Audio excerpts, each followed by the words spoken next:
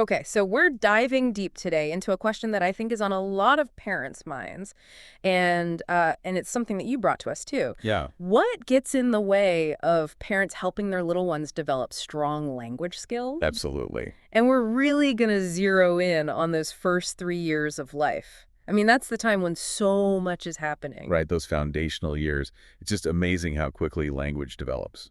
Yeah, and to guide our exploration today, you've brought us a pretty substantial piece of research to dig into. I did. It's a 2011 review article with a title that's pretty self-explanatory, Yeah, hindrances for parents in enhancing child language. straight to the point.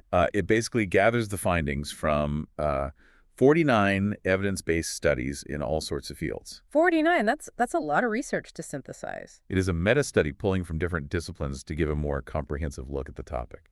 So our mission today is to really pull apart the biggest challenges and barriers that this research uncovered. Right, and hopefully offer some insights that listeners can use. Yeah, and we really want to understand, are these difficulties more about who parents are, their background, their life circumstances? Right. Or is it more about what parents do, their specific actions and interactions with their kids? Yeah, what they're actually doing in those day-to-day moments. Exactly. And along the way, we'll also keep an eye out for any unexpected or surprising insights that might be immediately useful. I think there'll be a few.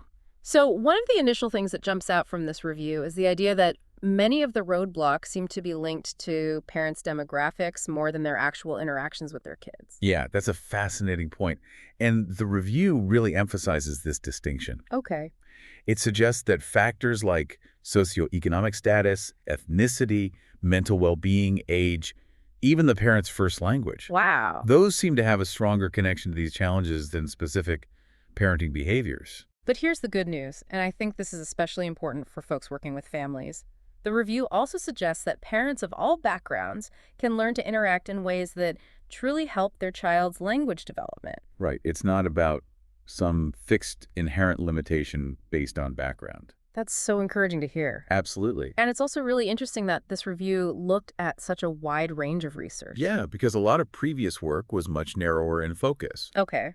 And this review pulls from diverse fields to give us a broader understanding. Now, to find those 49 key studies, the researchers had to sift through a mountain of papers, Yeah. nearly 1,750 initial research papers. It sounds like a massive undertaking. It does, so that tells us they had some pretty strict criteria. Absolutely. They were very selective.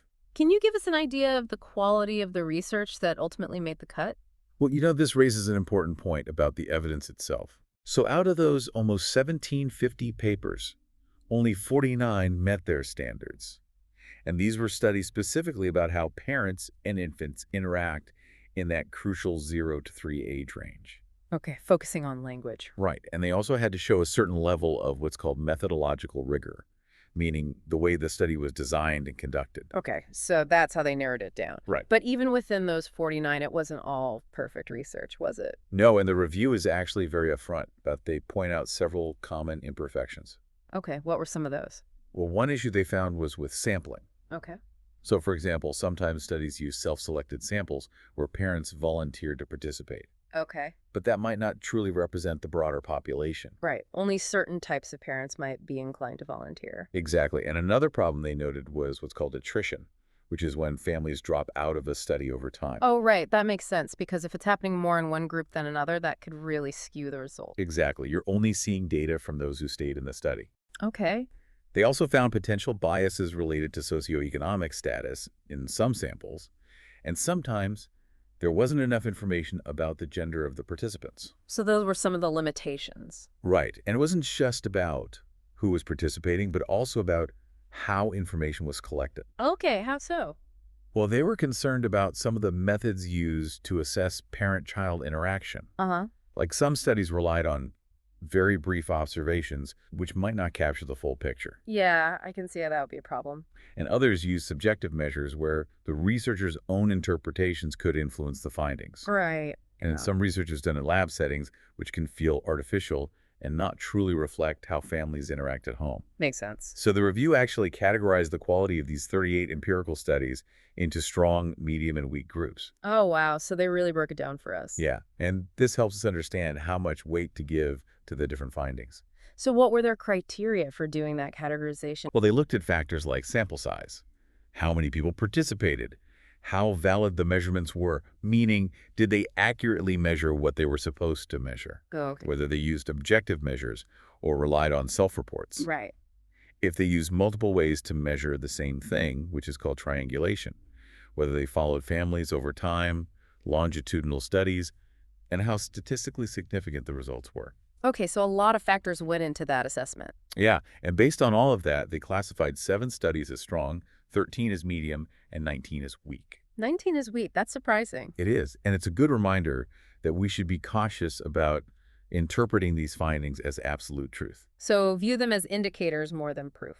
Exactly. Okay. And you mentioned an example of a weaker study comparing German middle-class mothers with Cameroonian Nesso farming mothers. Right. And that really shows how tricky it can be to isolate cultural influences when there are so many other differences between groups. Absolutely. In that study, there were differences in family size, education levels, marital status, and the overall social and economic context. So it's hard to know what's causing the observed differences in how mothers interact with their infants. Exactly. It could be cultural norms or it could be any of those other factors. Okay, so let's shift gears and actually delve into the specific hindrances that are linked to parents themselves, those demographic characteristics we mentioned earlier. That's good. And socioeconomic status, or SES, seems to be a major player in the research. It is. And if we zoom out and look at the bigger picture, the evidence consistently points to a strong connection between a family's SES and the type of language environment they create for their children. So what does that actually look like in practice?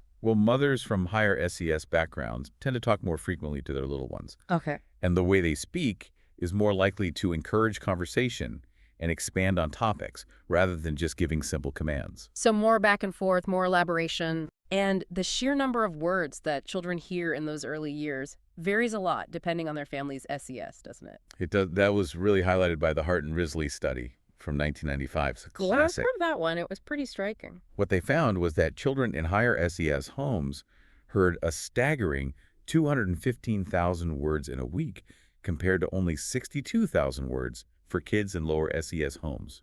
That is a huge difference. Yeah, a massive gap in exposure during such a critical period. And it wasn't just the quantity of words, but also the quality, wasn't it? Right, children from higher SES backgrounds were exposed to a much wider variety of words and heard fewer prohibitions, those no's and don't touch that. So it's about creating a more positive, language-rich environment. Exactly. And the research suggests that these SES-linked differences in a mother's speech can actually explain differences in vocabulary size by age 2. Yeah, it's a direct connection between the language a child hears and their own developing language skills. That's fascinating. It is. Sadly, this means that kids from lower SES backgrounds often start school already behind, don't they? Unfortunately, they often have a smaller vocabulary than their peers from higher SES families. And studies have found that mothers with college degrees tend to interact differently with their kids compared to those with only a high school education. Right, the college-educated moms tend to use a richer vocabulary.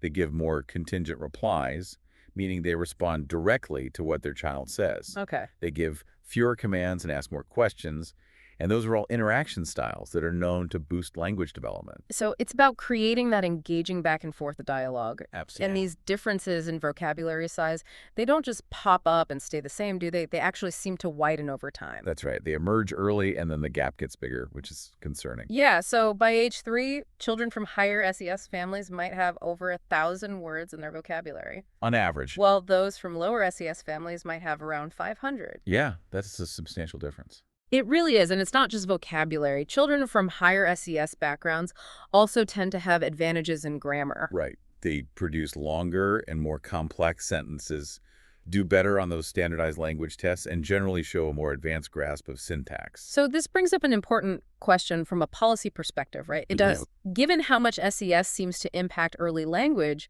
could simply increasing the income of lower income families improve kids' language skills? That's a great question, and something the review considers.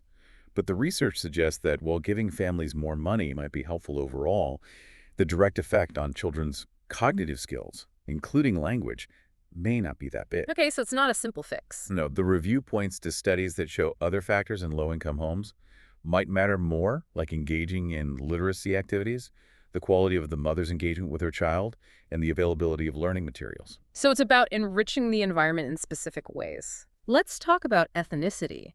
Now, The review mentions that it's tough to isolate the effects of ethnicity on language because it's so often intertwined with SES and dialect. Yeah, it's hard to separate those factors. And a lot of the research in this area focuses on African American children. Right. Now, we know that on average, school-aged African American children tend to score lower on those standardized language tests. Yes, but it's really important to be careful about how we interpret that finding, Okay, why is that? because we can't just assume it means they have less developed language skills. There could be other factors at play. Like what?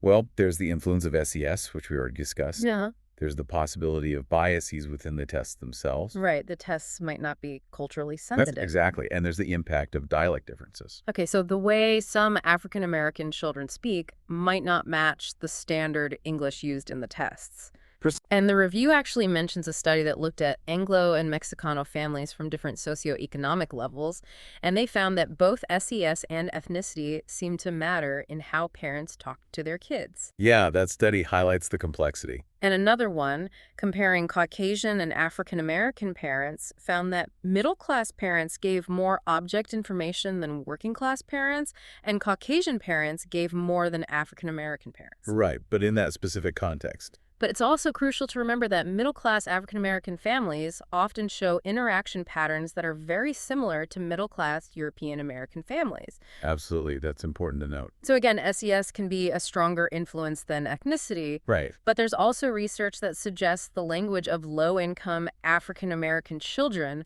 might start lagging behind around 30 months. Yeah, and as we said, those dialect differences could affect test scores. And then there's code switching, which is the ability to switch between different dialects or styles of speaking. Right, which is a valuable skill in itself. Yeah. And the review even mentions a study comparing German and Cameroonian mothers that shows how cultural values might influence communication goals. Interesting. Yeah, in Germany, the focus was on contingency fostering autonomy, while in Cameroon, interdependence and fusion were emphasized. So different cultures, different priorities. Right. Okay, let's move on to parents' first language and the whole question of bilingualism. Right. This is relevant for so many families. Absolutely. So what does the research tell us about how bilingualism affects early language development?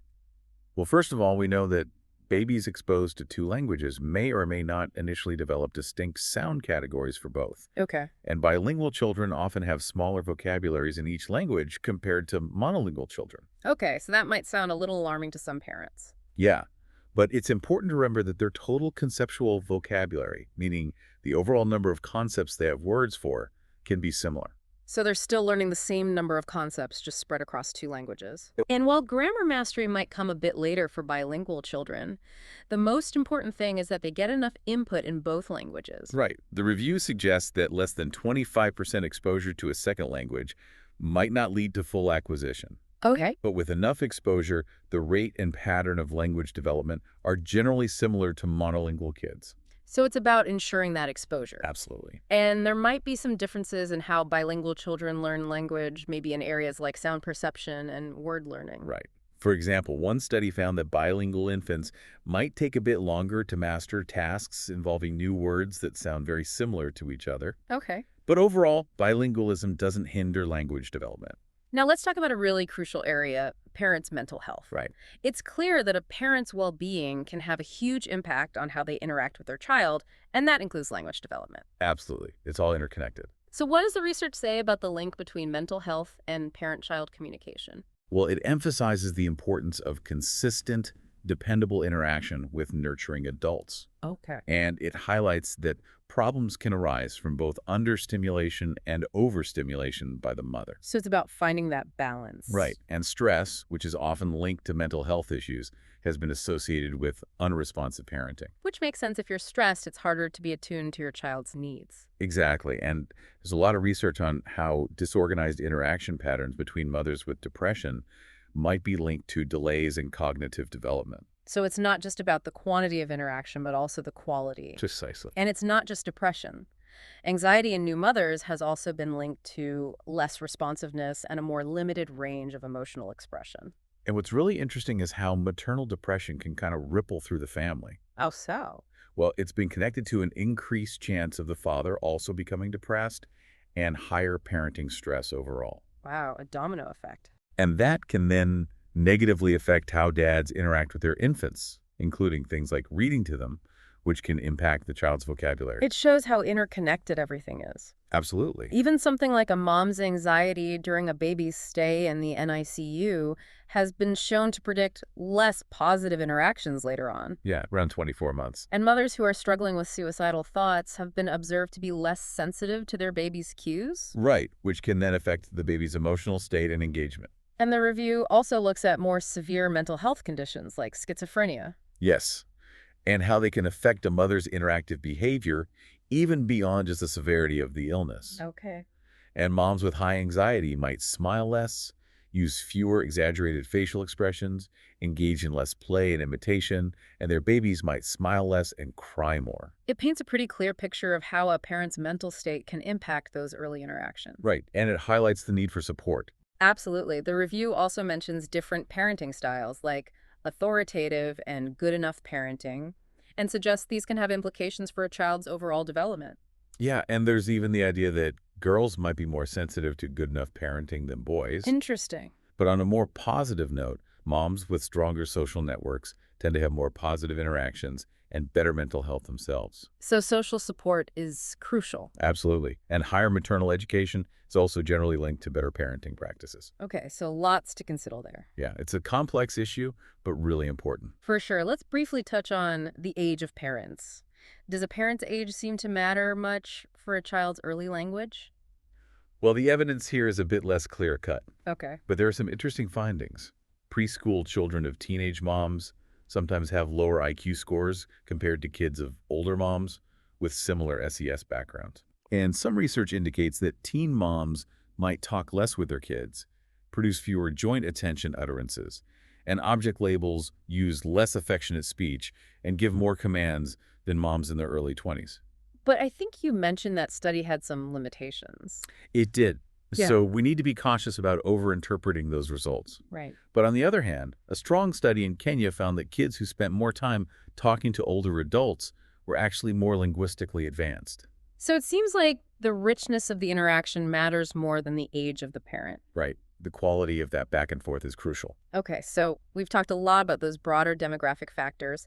Now let's turn our attention to things parents have more direct control over those behavioral aspects. Sounds good. And television viewing is a big one for many families these days. It is, and it's important to recognize that how kids are exposed to language through TV is very different from interactive social communication. Right, it's passive versus active engagement. Exactly. And while we know a lot about how TV affects older toddlers and preschoolers, we're still learning about its impact on very young kids.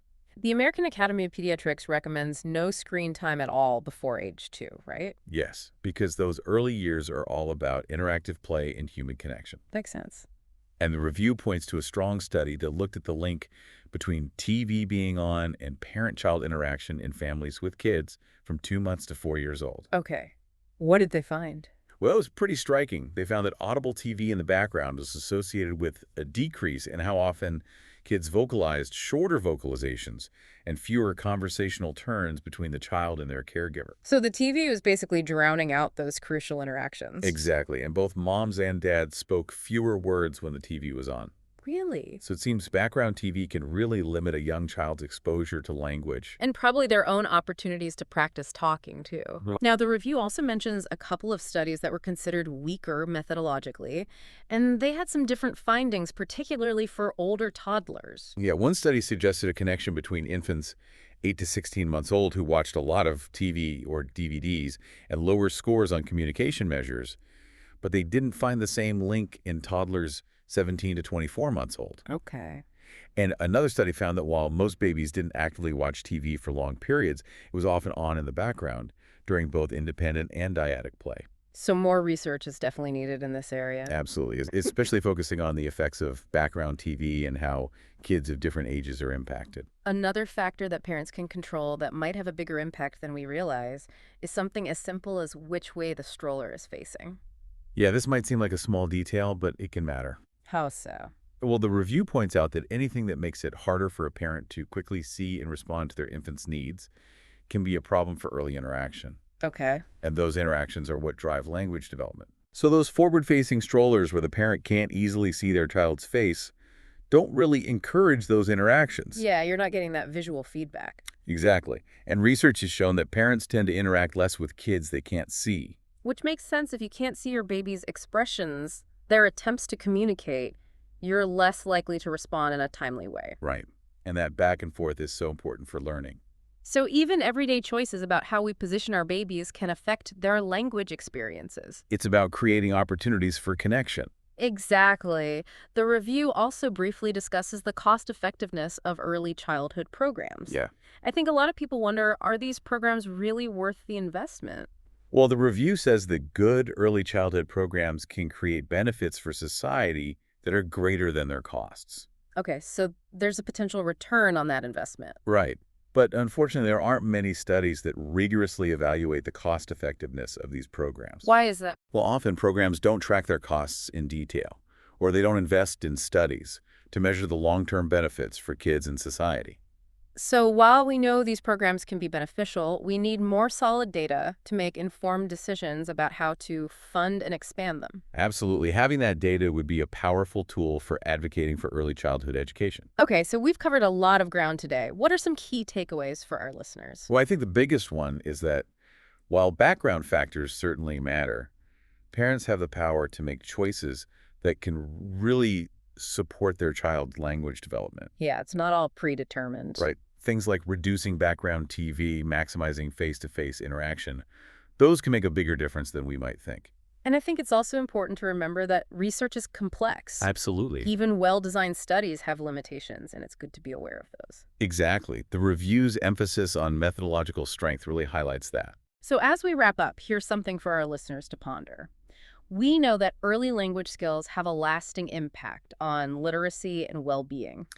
Yes, those early years are crucial. So what small changes in our daily interactions with young children could have the biggest positive ripple effects? What can we do to create those language-rich environments? Exactly, and we encourage everyone to explore these topics further. Understanding the potential hindrances is the first step towards creating more supportive interactions. Absolutely. And remember, even small changes can make a big difference. Thanks for joining us today on The Deep Dive. It's been a pleasure.